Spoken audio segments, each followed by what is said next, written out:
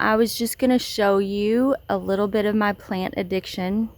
Yes, it's an addiction.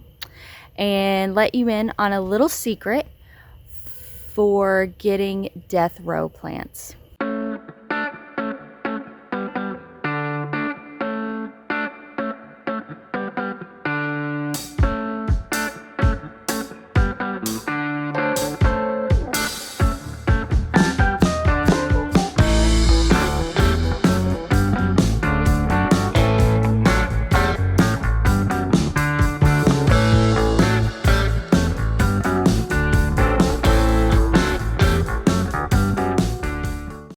Hey all my sunshiny YouTube plant addicts.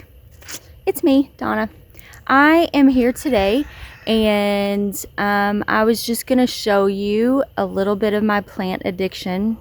Yes, it's an addiction. And let you in on a little secret for getting death row plants. Okay, so this is my little bit of my plant addiction. My lumberjack had to go to Lowe's to get a few more things for our meat tractor, our chicken tractor for our meat birds. And he asked me if I wanted to tag along. Of course, that meant, in my head, plants. So I asked him if he was sure. And he said yes and grinned. So, you know, that's a double whammy of yay, plants. So some of these are just regular priced plants, and quite a few of them though are what I like to call death row plants from Lowe's. Lowe's, out of every garden center that I've been to, has the best deals on death row plants. It's a whole section of clearance plants that they have basically sentenced to death, given up on them, you know, because they look like this. Because they have a few flowers. They're not pretty. They don't look like that marigold. They look like all of these. But yet there's a ton of new buds and blooms on them that's going to emerge. But they mark them down. Each one is normally $1.48, and I got them for 50 cents a piece. So yay. On top of that, you can take these glorious dead, let's see if I can do this with one hand.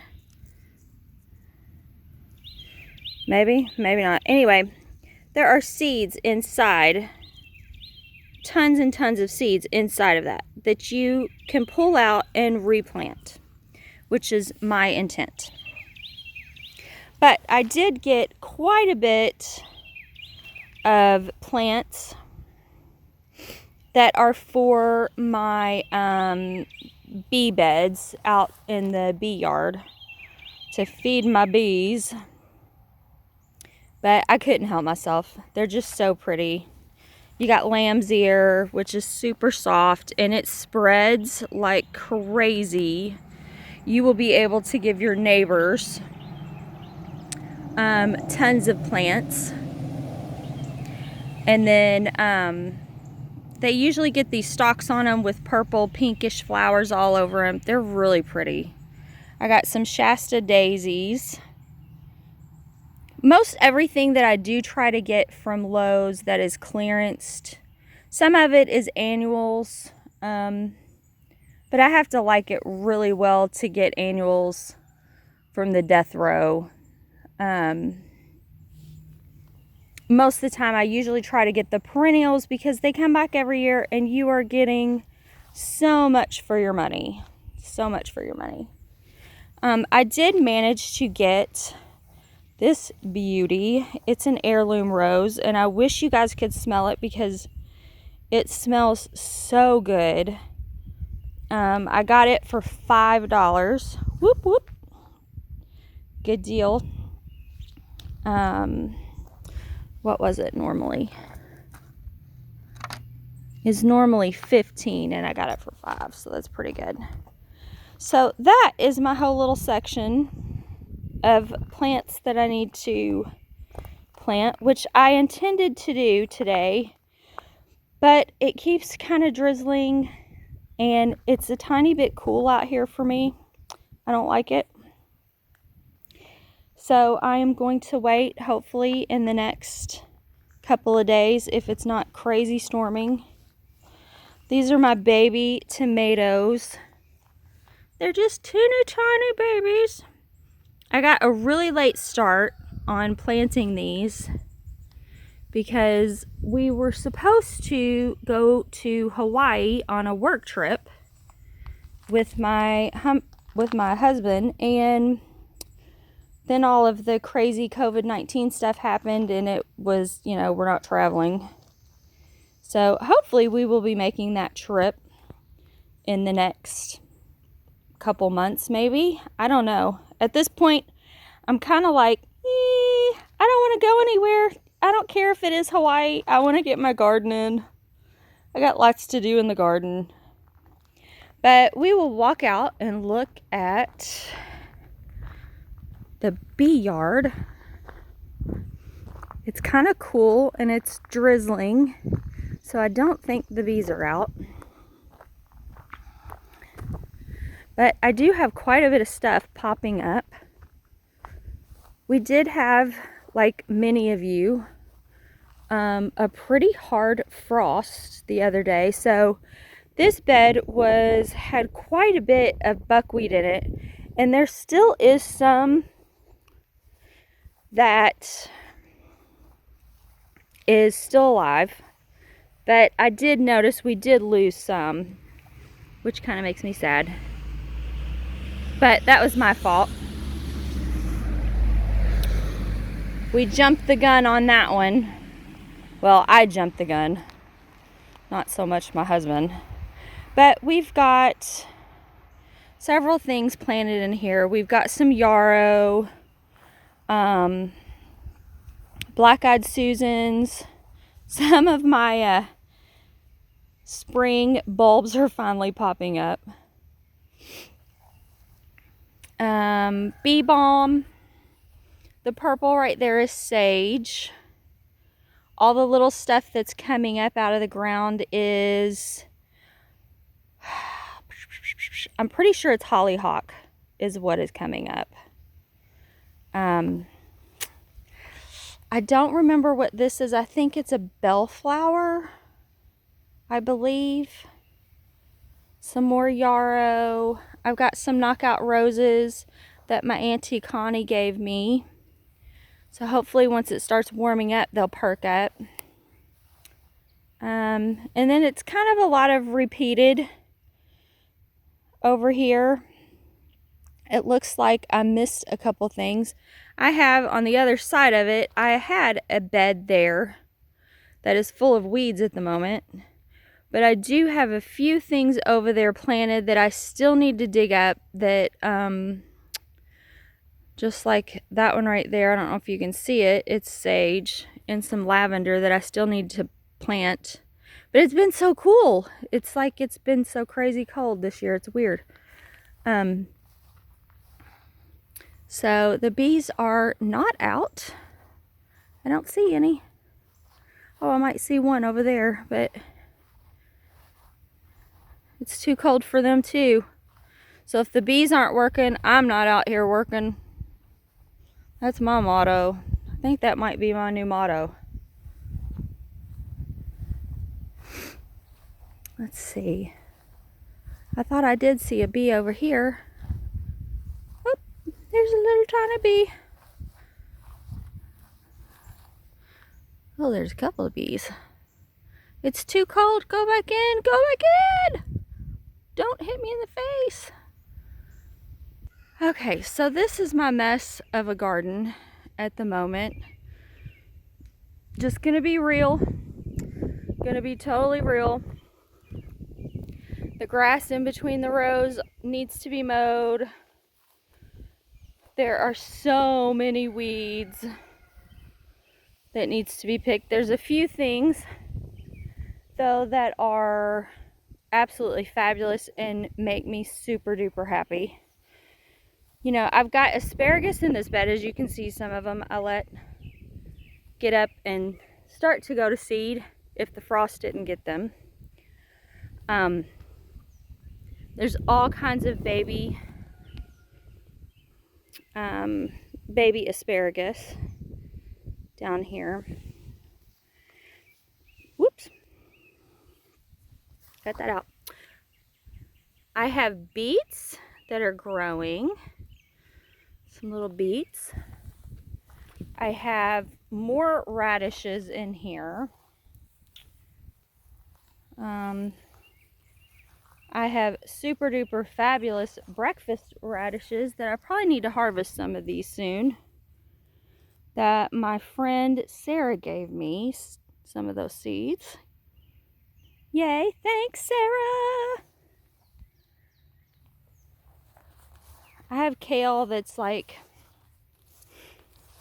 I don't know what it's doing. It's barely popping up, and I'm afraid that, you know, they're calling for really hot weather soon, like 90 degrees by the end of next week. So the kale might be pooped out before it even really gets started. I have a couple of coneflowers just because they're beautiful. I have some blackberries, some thornless blackberries that we have to add more compost after we weed in here and stake those suckers up, because they're kind of everywhere and driving me nuts. Beautiful weeds. Oh, look at those gorgeous weeds. Yes. I have some goji berry bushes that I got from Stark Brothers, which, by the way, they are fabulous. If you go to get any kind of fruit, brambles or trees or anything like that, they do really good. I'm really happy with their products. Very healthy. This is my crazy strawberry bed. We started out with basically 2 rows last year, and this is what it has done in 1 year. It is gone crazy. Crazy, crazy, crazy. Look at those little baby strawberries.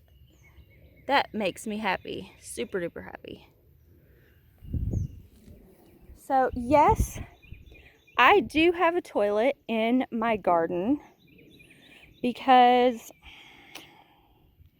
I just think if you're going to be a true gardener and a true, I don't want to say country woman, but homesteader, gardener, you gotta have a little bit of tacky in your garden. And when you go down the road and you see this painted garden, of course people can't really see my toilet from the road, but you know, when you're driving along out in the country and you see a toilet in the yard with flowers, it's just tacky. It is. It's tacky. But I embrace the toilet and love everything that there is about planting the toilet. It makes me so happy. So happy. Even if there are weeds in there. The big things, that's bee balm, which will be absolutely gorgeous once it starts really blooming and going crazy. And that spreads too, like crazy. Look how tall my grass is. It needs to be mowed so bad. I have potatoes. I have seen where people do potatoes in containers and that kind of stuff. And I believe I saw this little setup from Jess from Roots and Refuge, which I love her. I just love her. She's like my garden sister. She doesn't even know it. But those are potatoes, so we're experimenting this year with that. We will keep adding soil to it and mounting it up and put a front on it. This is Madness is what this is. I do have some mint that went crazy. Everybody says, oh, mint spreads, it's nuts. You have to do it in a container. You have to have its own bed. La la la la la. And like a good young gardener, I totally did not listen. And, you know, I started out with something along the line of this size. And there it is in all its glory. All of its flippin' glory. So this will get dug out and go in that little square 4x4x4x4 and hopefully contain it. Uh-oh. Do you see my cat coming? I love her, but she is so... she's kind of like a menopausal woman. She's so hormonal sometimes, where it's like sometimes she's like, oh, I love you and I want you to pet me. And then you do, and then she tries to rip your face off. That is Frances. So I have cabbage, and I did weed most of this bed, but I didn't get this end done because my lumberjack called me out while I was busy doing it. Can you please come help me? So, and then here I am. It didn't get finished. But my broccolis are looking fabulous.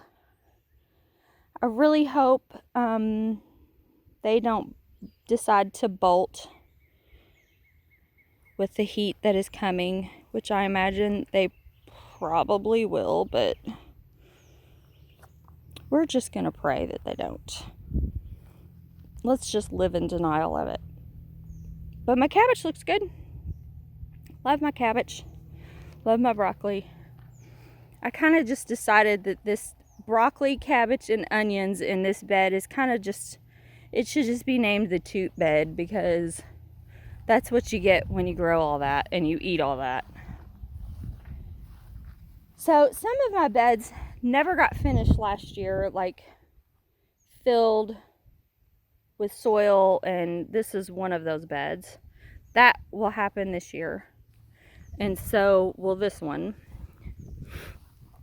Last year I had tomatoes and stuff planted in this bed, and it did not get cleaned up yet.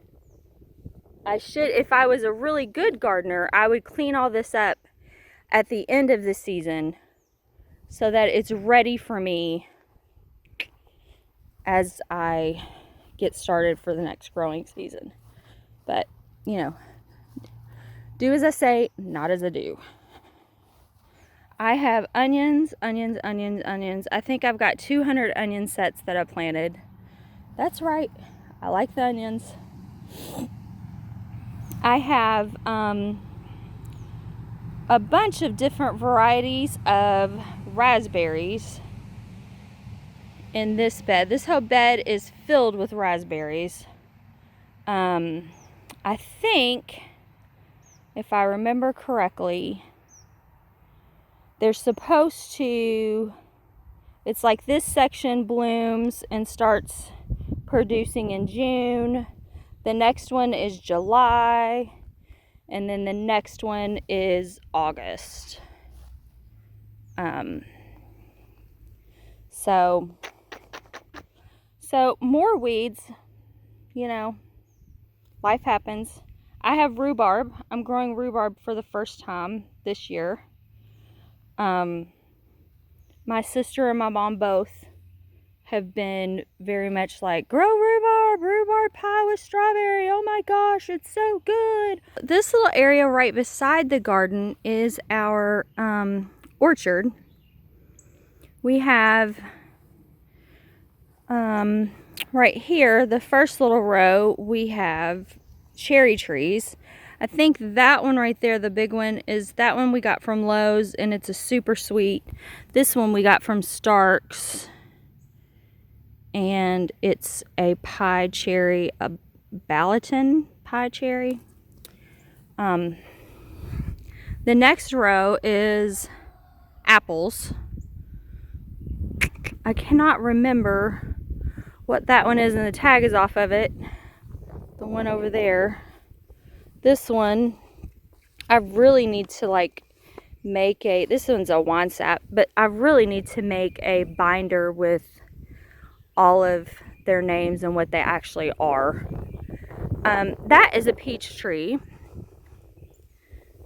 which it produces pretty fabulous. I don't know that we're going to get hardly any peaches of it this year because of that hard frost we had just like a week ago. This is another peach tree that we got from Starks. It's kind of a baby. Baby. And then we have one lonely pear right here that we got. I have another pear coming and a couple of pecans that are coming. They're just late. They're just late being shipped. And then I have that tree right there.